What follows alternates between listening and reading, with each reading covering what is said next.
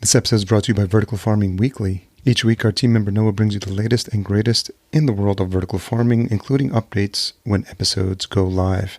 Sign up today at verticalfarmingweekly.com. This podcast is produced by Fullcast, our full-service done-for-you podcast agency. If you are interested in learning how a podcast would be beneficial for your brand, learn more at fullcast.co. If you are starting a vertical farm and don't know where to begin or which technology would suit your needs, then reach out to the experts at Cultivated. As indoor farm brokers, they help connect you to the right technology and ensure your project is successful. Best of all, their service is free because they work on behalf of their partners. Visit cultivated.com to learn more. And that's spelled cultivated.com, or click the link in the show notes. So when we started with the vertical gardens at the restaurants, we realized that all the conditions, so we were growing in a greenhouse with the zip grow towers. We'd grow the leafy greens or the herbs to be ready for harvest. And then we would take them in the zip grow tower and set them up at the in-store or in-restaurant garden so that the restaurants could harvest there and use it. The truth is that we were a bit too advanced for the time of the market in Spain at that time, and they weren't ready to pay a premium for that, so they used it more as a marketing thing for decoration.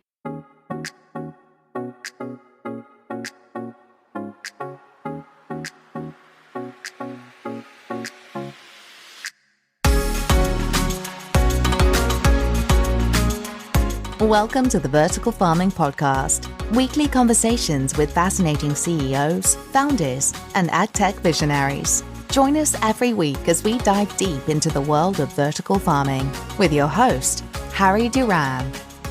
Vertical Farming Podcast Season 6 is underway. Welcome back to all of you who were listening and anxiously anticipating the kickoff of Season 6. Thanks for your patience. It's really a passion project of mine, and we put a lot of work into making sure we get the best folks on the show and we put out a quality product.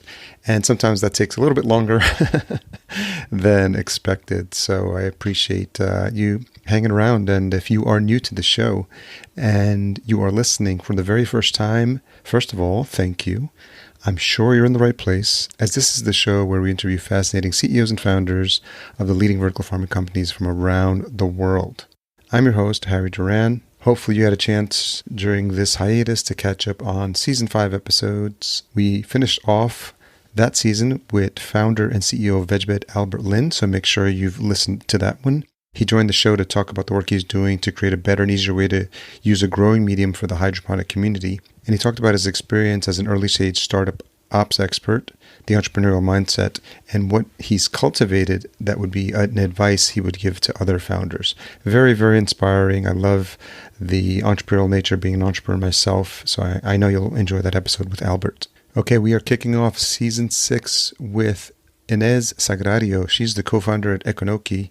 And Inés and I met at Indoor AgTech NYC. Fantastic event. I've gotten so many follow-up interviews from that conference, and we were able to connect and we hit it off, and I knew I needed to have her on the show. She talks about her eclectic background, including her time at the Cluster Competitiveness Group and the work she's currently doing at Ekonoke, which is an indoor farm specializing in growing quality hops. They do that year-round with a significantly lower water and carbon footprint. On this episode, we talked about our shared experience as entrepreneurs, the power of strategic analysis, and how the indoor AgTech industry is evolving. She shares some insights into the growth cycle of hops, her passion for sustainability, and her special relationship with her co-founder, Anna. I'm always fascinated to see all the different crops that are being grown indoors as I delve deeper into this space, and so I'm really fascinated by everything that's happening.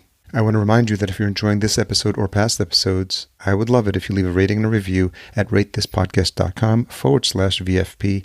I'd love to read yours out next episode. As I've mentioned before, this is a labor of love, and a lot of work goes into the production of these episodes. And we are always on the lookout to partner with like-minded companies in the space, such as the ones that you hear about on this show. So if you are interested in partnering with us to sponsor a season or a batch of episodes, reach out to me directly, Harry at verticalfarmingpodcast.com. I'd love to have a conversation with you. Okay, before we get into this uninterrupted conversation with Inés, a few words from the folks that support this show. This episode is brought to you by Vertical Farming Weekly. Each week, our team member Noah brings you the latest and greatest in the world of vertical farming, including updates when episodes go live. Sign up today at verticalfarmingweekly.com. This podcast is produced by Fullcast, our full-service done-for-you podcast agency. If you are interested in learning how a podcast would be beneficial for your brand, learn more at fullcast.co. So, Inés Sagrario, co-founder at Ekonoke, thank you so much for joining me on Vertical Farming Podcast. It's a pleasure to be here. Thank you. So, where is home for you right now? Home for me is boiling Madrid. We're in the middle of a heat wave. So, yeah, it's about 40 degrees Celsius outside. That's about 104 Fahrenheit, I think. So that's really hot. It's pretty hot. Yes. Are you near any sort of body of water you can get to pretty quickly? A pool. Yeah, okay. That's about it. Yeah. That's helpful. Yeah. Is that home? Were you born and raised there? I was born in Madrid, but I've actually lived in 10 different countries over the course of my life. So I'm a bit of a true citizen of the world. And actually, the place I consider my origin is a small village in the north of Spain, in La Rioja. It's a place called Uruñuela. Okay. That's where my mom is from, where my grandparents are from. And it's where we spent all our summers when we were kids. So it's sort of the place where happiness takes me. How often do you get there? I go normally like 3 or 4 times a year. Yeah. Yeah. And my kids love it too. It's a tiny village. You can roam free. It's freedom. So that sounds beautiful. If you have any pictures, always happy. Looking for fun stuff to drop in the show notes every now and then. So. Well, Rioja is the wine region, one of the wine regions in Spain. And this is actually in the part of Rioja that has the wine. So it's, the scenery, it's all vineyards and stuff. It's really nice. My partner likes specific kinds of wine, and she went to a restaurant one time and she liked the wine, or she had them explain like what type of flavor it was. And the word they gave her was barnyardy, like a barnyard where you raise farm animals, but that was like because it's like a bit darker. It's not as sweet, and you can kind of taste like, not the dirt, but like the land in it. So a lot of times I've brought Riojas home, and there's been a couple where she's just like, yep, like that's it. Like that's the flavor. Like it's a very earthy, Rioja usually has a very earthy taste. Yeah. And actually I can usually recognize a Rioja pretty easily in a blind taste because we've had wine actually since I can remember. Of course, at family meals, if they open a bottle of wine that was specifically unique or very tasty or something, they'd pass around the whole table with the 9 grandchildren so that we could recognize this is good wine. So we just wet our lips and say, okay. And that's education. I love that. That's beautiful. And it's such a complete change in behavior here in the States, because people have talked about this a lot, how we're so like restricting in terms of what our kids can't do. And we don't allow them to make mistakes. And we're just like, don't drink. And we're holding them like we pretend it's not going to happen. And obviously everyone knows the story. Like these kids go to college and then they just start drinking for the very first time ever. And it never ends up well. For us, wine is... and beer too in Spain, but especially wine in La Rioja is part of culture. So it's not trying to get drunk, but rather I'm enjoying a social moment, normally with family or with friends. So. Yeah. And so we met at Indoor AgTech NYC, and you had reached out because I think you had been listening to the show already. Yes, I'm a super fan. You've accompanied me on many a trip when I'm running away from Madrid and going to the beach. So it's a long drive, and I sort of binge listen to podcasts, and the Vertical Farming podcast is always very entertaining. How long have you been a podcast listener? I think I started with the pandemic, like more solidly. Yeah. So during the lockdown, but I used to listen to a few every once in a while, something that was recommended. But since then, I've sort of hooked onto it. I've tried to make it easy by giving it a very simple and clear name. It is very simple and clear. It's very obvious what you're going to get when you see a show called the Vertical Farming Podcast. So let's rewind the clock a little bit. We can go as fast as you'd like, but coming out of university, what type of jobs were you interested in? What type of industry were you interested in working in? I studied economics in university. And actually, when I was, I think, in my third year, one of my professors started talking about the Rio conference and about sustainable development. So this was back in 94, I think. Okay. And that just sort of clicked in my mind. And I really found sort of my purpose. This is what I want to do for a living. So actually, I finished university in Madrid and I went to Oxford to study development economics there. And then from there, I knew I wanted to go understand what were big development problems. So I went to India and I spent 3 years in India. And initially I was working for the Spanish embassy there, and then started working for a Spanish company called Chupa Chups. They make lollipops. I know Chupa Yeah. Chups. So I was there for 3 years and then moved back to Spain and sort of shifted over to, okay, I want to start working on real development work, and joined the African Development Bank in Cote d'Ivoire. Lived through the coup there and the beginning of the civil war. So that was Wow. an experience. Moved to Tunisia, still with the bank. And then I left the bank and joined a consulting company that was focused on regional development projects, using sort of cluster-based approach of looking at sort of analyzing strategic challenges and the opportunities for specific sector linked to a territory. And that's what I was doing for the remainder of my career until I started Ekonoke, initially with a different name. And with that consulting company, I lived in Argentina, in Chile, in Brazil. And then eventually I came back to Madrid. I came back home, and that's when I decided to start this project. That's a wonderful story. Out of all the places you've been and lived, do you have some favorites? Obviously, like nothing like Spain, but there's so many mixes of cultures. I imagine, I don't know if I would call it culture shock, but just differences, even just in going to Oxford and then going to India and Africa. What are some of the experiences that stand out for you? I don't know. I can't say I have a favorite place because each place was unique for the time of my life that I was there for. But Sure. India, I think, got me hooked on sort of surprises, on not having a monotonous life, because there, from opening the tap in the morning and wondering, will I have water today, Wow. But anyways, and all the amazing places that you can discover in India just by taking a night train from Delhi anywhere else. So that was fantastic. But any place. Argentina, I was in Bariloche, the absolute amazing nature that you have there. Wow. Chile, I moved actually sort of from one city to the next for a couple of years. Amazing country. Brazil is where I met my husband. And I love Brazil. Yeah. So obviously a special place in my heart. I don't Sure. know. I think I lived in the US as a kid. So, and that's made me a big part of who I am. So I think I'm just a combination of all these different places, and I like to think that I took a little piece of each place with me. It's like you're a citizen of the world. Yeah. Where in the US did you live? I lived in Maryland. Okay. How's the culture shock there? This was 1987 when we moved there. So 35 years ago, the world was much, much bigger at that time.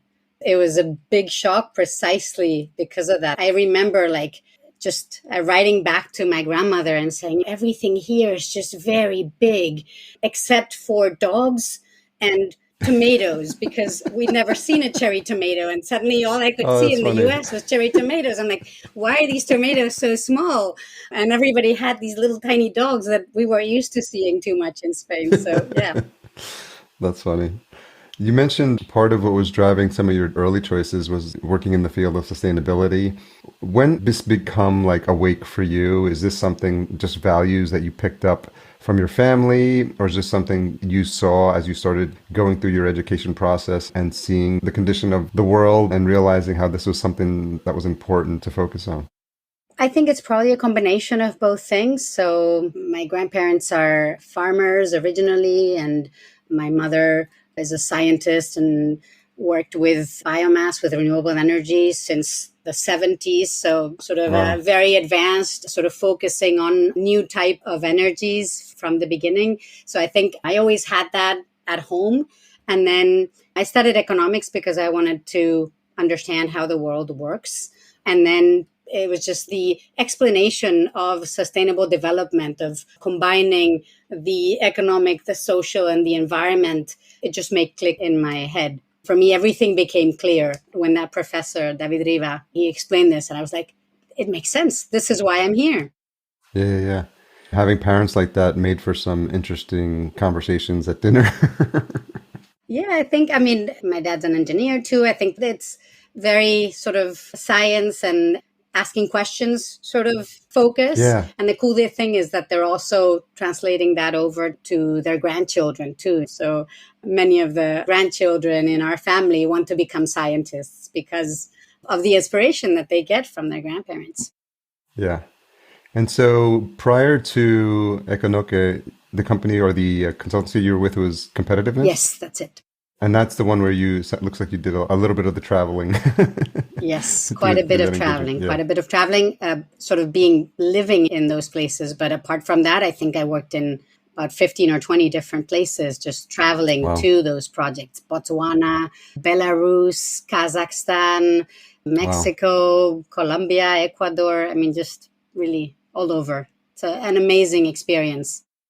Yeah. Did you ever pick up a habit of like collecting one specific thing from every country? Earrings. Earrings. Yeah. Okay, there you go. I was always sort of living off a suitcase, so all I could get were little earrings. That's smart. Yeah, something light. Yes. Yeah.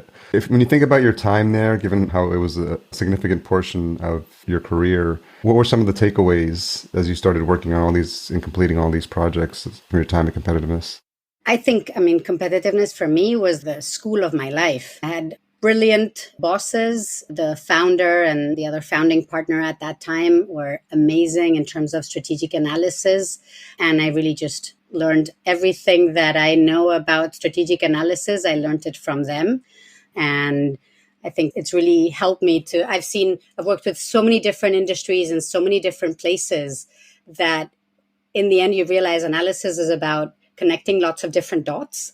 And the more dots you have, the more you can connect and the more creatively that you can connect those dots. So I think I am where I am today. And I've been able to create together with the rest of my co-founders this really cool project because I had that background from competitiveness where all I did for 15 years, or a big part of what I did, was understanding trends, buyer purchase criteria, technologies, how things are changing, how fast they should be changing, all these challenges, all that I bring from my experience in competitiveness. And in fact, I still collaborate with competitiveness. I love it. I can't break away 100%, but they know that now I have a new baby. Yeah. And how important were those relationships and working with folks that you consider mentors in terms of your growth? I think for me, it has been fundamental, really being able to have people that have amazing sort of intellectual capabilities, but also a very direct human connection, and that have that vocation to teach and to support others, to transfer that knowledge to others. I mean, for me, yeah, no doubt, very instrumental in the way I have developed my career. So which came first, the awareness of what was happening in the vertical farming space, or this itch that you needed to scratch to become an entrepreneur? I think I never thought I would become an entrepreneur. I never thought I would build something from scratch. I mean, at Competitiveness, I had become a partner, so I was really actually running the business together with the partners there. And so that part I knew I could do, but I never thought of creating something new. But actually, I was working in a project with horticulture producers in Chile, and I started doing the technology prospecting, seeing the trends, what was going on. And I actually did a trip to the US to visit in New York and Brooklyn what was going on, what were the trends in restaurants and sort of in the retail, etc.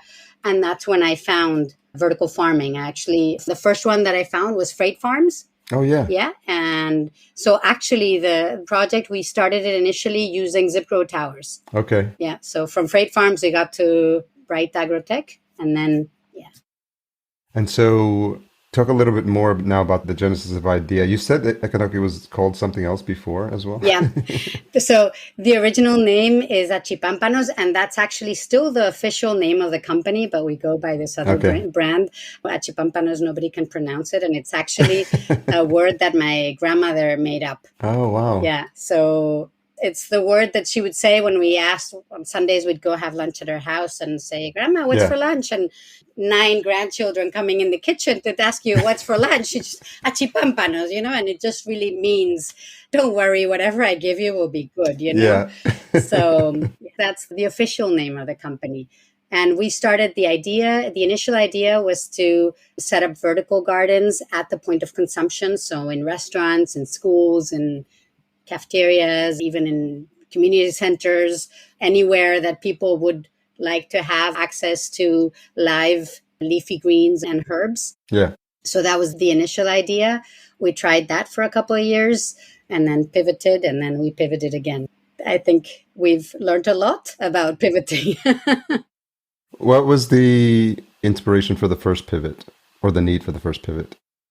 So when we started with the vertical gardens at the restaurants, it was mainly at restaurants. So we realized that all the conditions, so we were growing in a greenhouse with the zip grow towers. We'd grow the leafy greens or the herbs to be ready for harvest. And then we would take them in the zip grow tower and set them up at the in-store or in-restaurant garden so that the restaurants could harvest there and use it. The truth is that I think we were a bit too advanced for the time of the market in Spain at that time. And they weren't ready to pay a premium for that. So they used it more as a marketing thing for decoration. And you know that edible plants, you can't have them for decoration. After you haven't eaten the lettuce, it'll just start flowering, going all over the place. So they ended up wanting to have the produce at the place for too long without using it. And the conditions in each restaurant were different in terms of the heat or the cold or the light or the humidity. Of course. The waiters, which were usually charged with sort of extending the light at night or filling up the water tank, they would forget. So that's the last thing you want to do as a waiter, I'm sure. Yeah, exactly. So it ended up being sort of very artisanal. At that time, we also joined an accelerator program, Eatable Adventures in Madrid, and they sort of very nicely questioned us so that we started thinking of other alternatives. And so in 2019, we decided to start trying something that some of the restaurants were asking us, but also something we thought that could eventually get to consumers, which was we called them mini gardens of leafy greens, of baby leaf. Okay. So we'd grow them on a substrate, so vertically and without using the zip grow towers anymore. And then we'd sort of transplant them to little compostable trays, and they would be taken live to either the restaurant or the consumers. So that was sort of our first pivot. Also, that came coupled with moving out of the greenhouse. Okay. In 2019, we had a terrible month of March in Madrid. Temperatures outside went to like 32, 33 degrees Celsius. Inside the greenhouse, without having set up the protective measures and stuff, it went up to like 42. Wow. And it just, all the plants just sort of stopped. They said, okay, I don't know what's happening. I'm just going to stay put. And really, in June, there was another huge heat wave. They even had to close down schools. I mean, it was just, we just realized climate change was here. It wasn't something that we were reading in the news of things impacting. You're experiencing it firsthand. Pacific Islands or things like that. No, it was here. It was going to stay. Even if we wanted to build sort of a high-tech greenhouse and stuff, we realized, okay, the sun intensity and the length of the summers in Madrid is not going to make it feasible. So at that time also, we met another team of founders. So Antonio and Javier, they'd been growing microgreens indoors already. So we really hit it off. We realized we had the same values, we were looking for the same thing. They were researchers at the university. Okay. Anna was very good. My co-founder, I didn't mention her. She's an agricultural engineer, so she knew what she was doing. And myself, I was doing more of the sales and the business organization, and Anna all the production. So we said, okay, why don't we join both projects? And that's when they convinced us to move indoors. They said, look, we've been already doing it for a couple of years. Said, we can do it. You can control it much better. Let's try it. So we joined forces. We joined the two projects. That's when we also changed the name to Ekonoke. And so it's a result of the fusion of these two projects. And we moved indoors. We had our first harvest ready to take to restaurants the first week of April 2020. So all the restaurants closed and we ate lots of lettuce. Yeah, talk about timing. Yeah, it's always interesting I started the podcast in March of 2020, but it's interesting because it sort of brought to light the exact reason why this was important to talk about. The disruption in the supply chains, the loss of access to fresh local food, and just seemed like it just appeared at the right time to be having these conversations. Yeah, actually for us, the pandemic was obviously very harsh, but for example, all the things that we'd been talking to, I was trying to fundraise at that time. Up to then, we had been really just moving on our own savings. We got some convertible notes from family and friends, like at the end of 2019, because we were dry. Yeah. But actually, sort of from March 2020 onwards, like in the next 3 months, we managed to secure and like different business angels that we'd been talking to, just suddenly like everything that we'd been explaining about how it's important to redefine the food system and stop having all this food travel thousands of kilometers, but rather have the knowledge and the technology travel instead. It just made sense. So we especially got to one of our business angels, an Argentinian investor who just like said, Ines, this is the future, let's go. And he just fixed the investment, he closed the round, and everybody else just sort of confirmed immediately. And in July 2020, we closed our first round. So I do think that sort of just put it in front of everybody's face of the way we're doing it, it's not working. Yeah.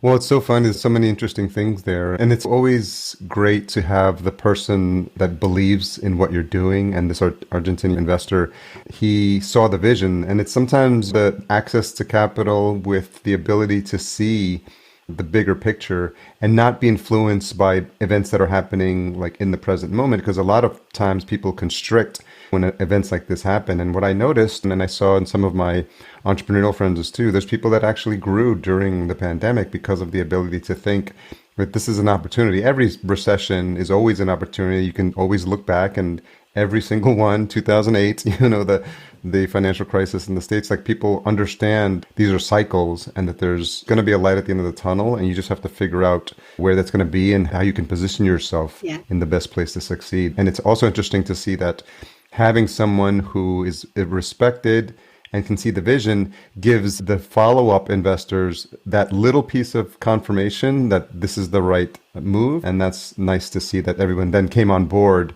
It's just so important to have that one person who believes in you, because they sort of lead the way for the rest. Yeah.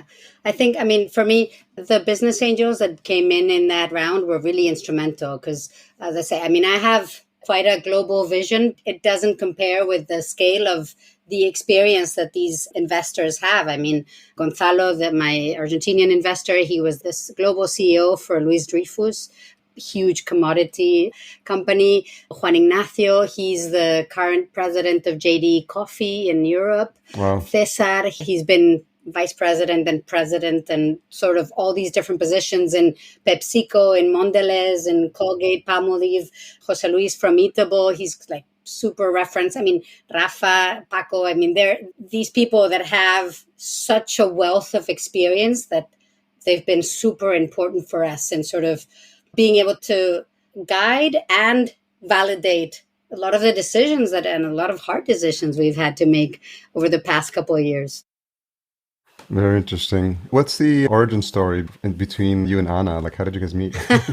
We met at birth. We're cousins. Okay. Yeah, Anna's my little cousin. That's great. So, okay. Yep.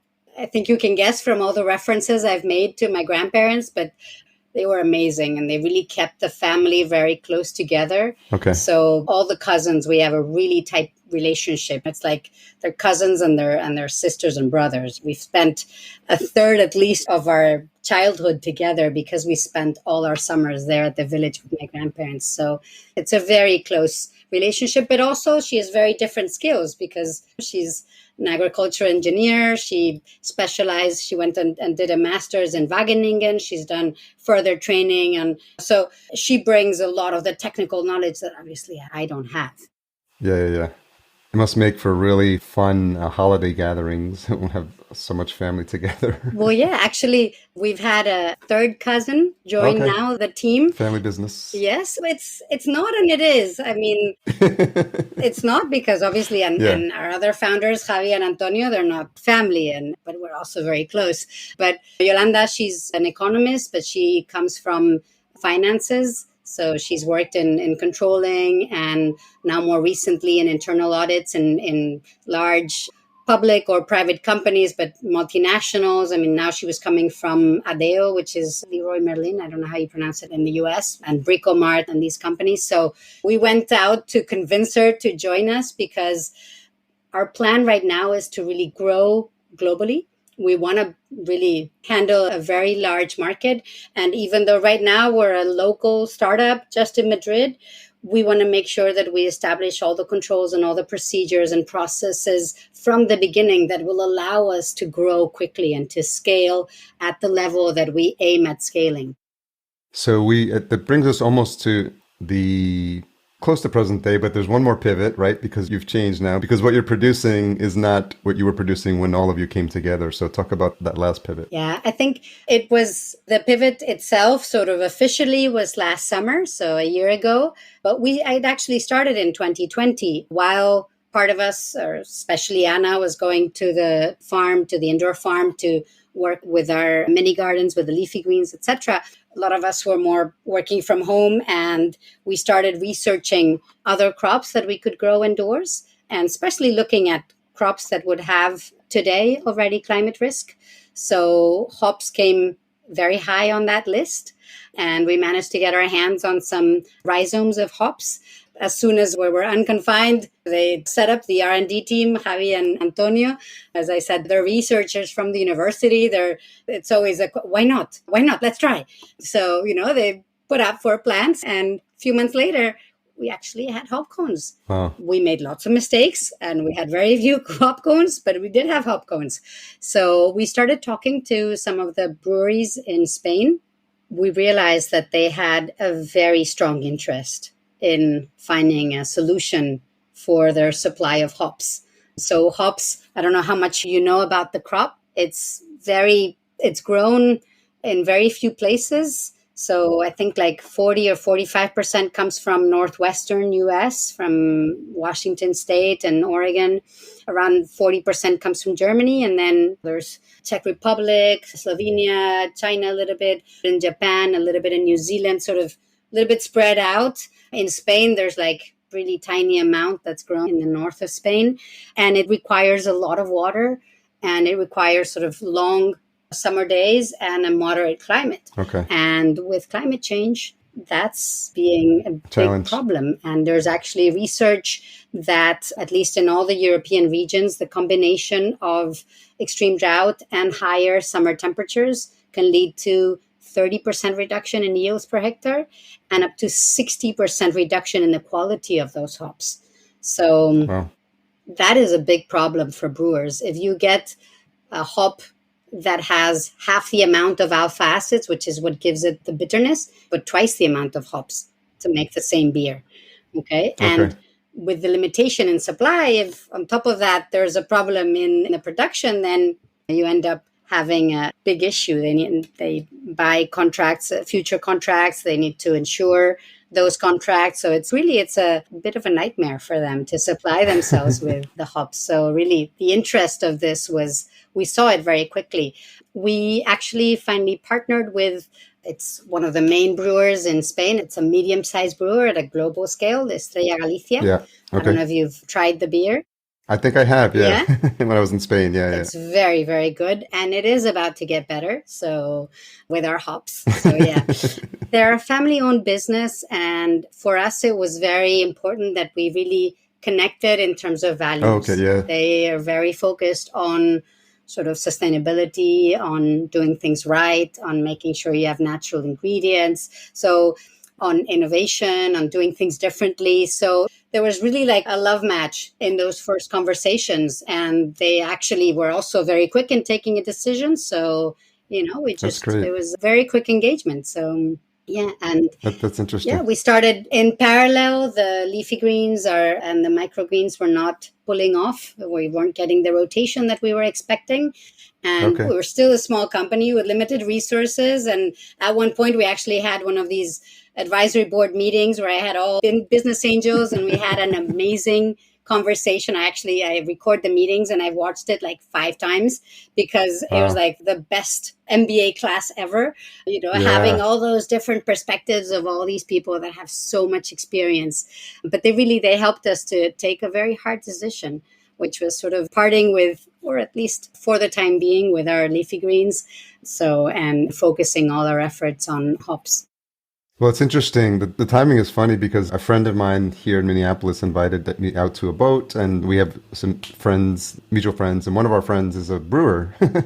So we were having this conversation yesterday on the boat, as a matter of fact, and I was telling him I'm speaking to someone tomorrow, and they grow hops indoors. He's like, indoors? He's like, you can do that? He was really like amazed, but he was just explaining like how his process is and how important every single ingredient is, like in the flavor composition of the beer. And shout out to Arbiter Brewery here in Minneapolis. He's the head brewer there, my friend Aaron. If he wants to talk to me, more than happy to do so.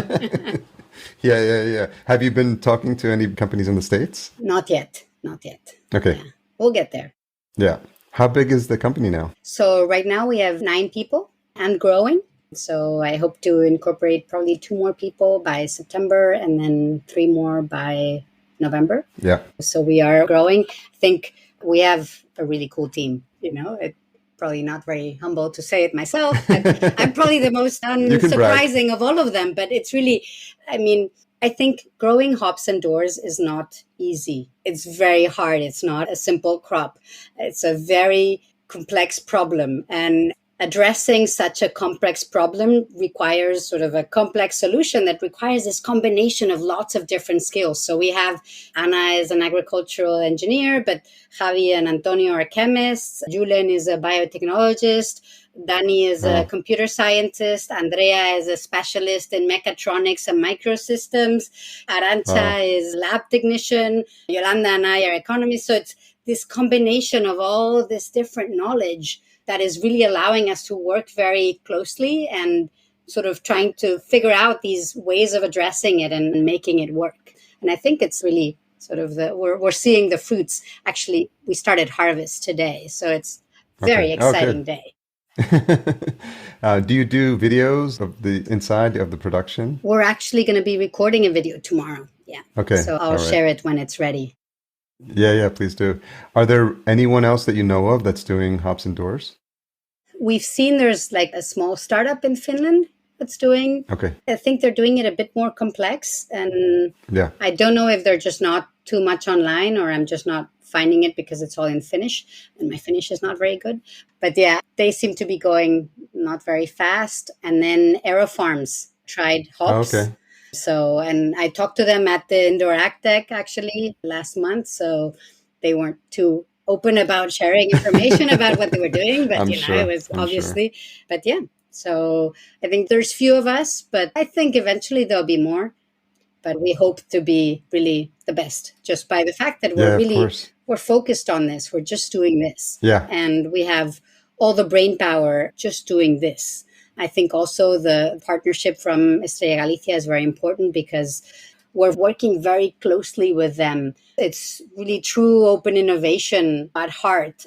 And they're giving us feedback on the quality, on their experience. And I think we're going much faster because there is this really close relationship between us and them. Are you getting the attention of the conventional hops farmers now? Yes.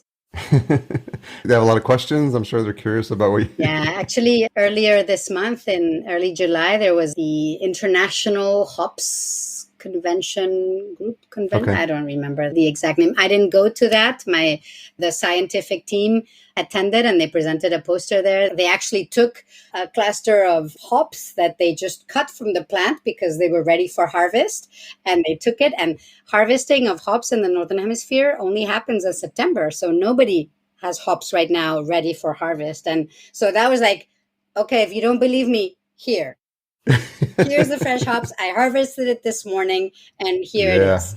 And they got a lot of attention. They got a lot of questions, a lot of doubts. The product itself was speaking straight at them. And I think it's maybe some of them will be finding it as a threat, but I hope they do see it as an opportunity. I mean, basically what we want to bring is climate resiliency to a crop that will eventually disappear if we don't do anything about it. Because obviously, I mean, I don't know how the harvest is going to be this year, but it's not looking good. We have a hop farmer here in Spain that thought we had a heat wave in May.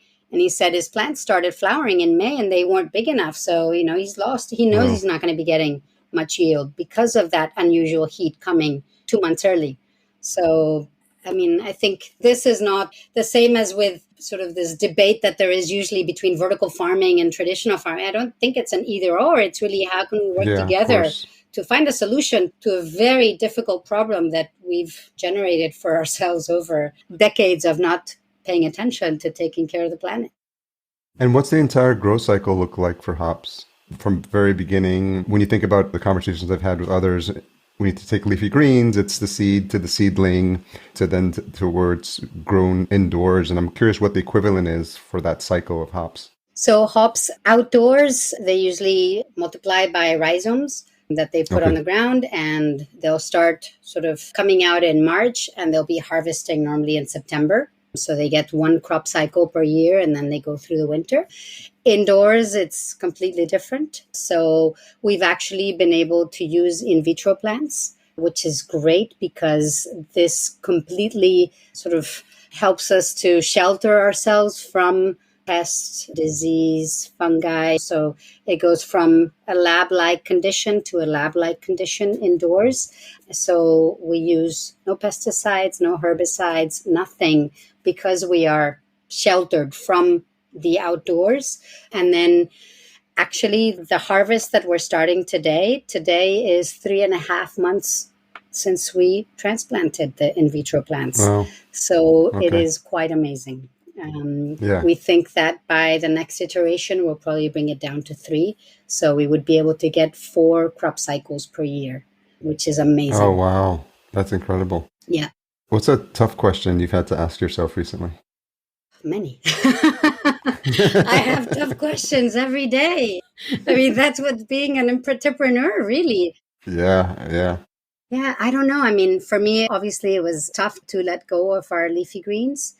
And it's also tough to be making these choices about the speed of how to do things, of being more cautious and trying to advance sort of slowly but surely, which is sort of the way that we've advanced right now. But I think at this time, we're realizing that we need to have a combination of slowly but surely, but also sort of being more ambitious and probably being able to do that scaling much quicker, even though it takes us into outside of our comfort zone. If there is such a thing of a comfort zone when you're starting or running a business.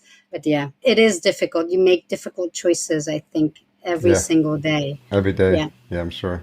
I'll be the first one to vouch for the power and the strength of really going niche, because now not only are you an indoor farmer now, but you're specifically early adopters in this crop, right, in hops. And I think there is power because you're learning things probably people are figuring out for the first time in terms of how to work with this crop indoors and all the intricacies and discovering. And it feels like you have just the right team there with all the proper skill sets to continue to innovate and try new things. But I think if I may add that on this idea of the niche product, it's true that, and I just finished the new funding round, but it's taken me 6-7 months talking to a lot of VCs, and many of them are saying, beer hops is a small market. It is sort of niche, but the thing is, what we see is that hops really has a lot of potential beyond beer.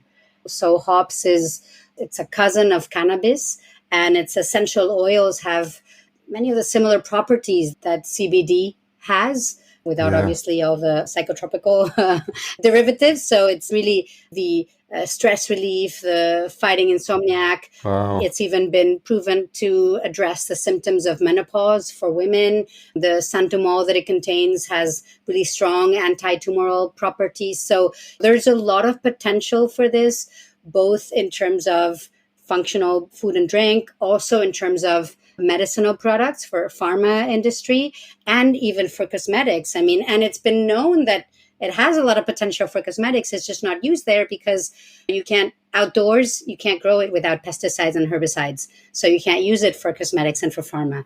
But indoors, you can.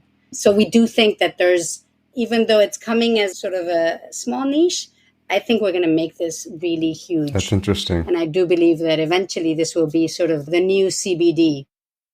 That's very interesting. I mean, it sort of opens up opportunities which aren't even on the map yet, but they're in your mind and in terms of the possibilities. So just obviously starting with the crop and the relationships with the brewers, but because of the medicinal qualities and because of your ability to control the consistency, because this is really the big thing. One of the conversations from last night that I had was how amazed he is, because he's a small brewery. They've got a small shop brewery here in Minneapolis, but he just marvels when he thinks about like Coors Light, how they're able to consistently like create the same flavor profile for that beer at that massive scale, which is another skill set. But I imagine being able to deliver consistent product with every cycle, I think, is something that's very attractive, I would imagine. That's actually our biggest selling point, and that's what's opening also the doors to some of the global brewers too. But also they like the fact that we do it pesticide free, that we have a 20 times lower water footprint, that we use only renewable energy, that we can grow any cultivar anywhere in the world. There's really a lot of selling points that we bring. But the first one is that guaranteed supply in terms of quantity and quality that really makes their life lots easier. So what's the roadmap look like? I know there's a lot we've talked about, but maybe even just thinking about 12 months, and obviously plans can change, but in terms of the current business model, who you're looking to partner with, what's that look like for you? So right now we're building a pilot facility in Galicia with Estrella Galicia, northwestern Spain. Okay. That's going to be 1,000 square meters. And we'll be obviously making some mistakes in that and incorporating that into the design so that we can scale to a larger commercial scale, which will be 10,000 square meters. Also with Estrella Galicia next to their new factory. And it's actually going to be pretty cool because we will be able to develop sort of synergies that would make it even more sustainable. For example, like using the CO2 from the fermentation process to feed into the plants so that they can do the photosynthesis faster, or using all the excess water that they have, just filtering that and being able to use it to water the plants. So it's really going to be, obviously we need to do all the numbers to make that claim, but as carbon and water neutral as possible.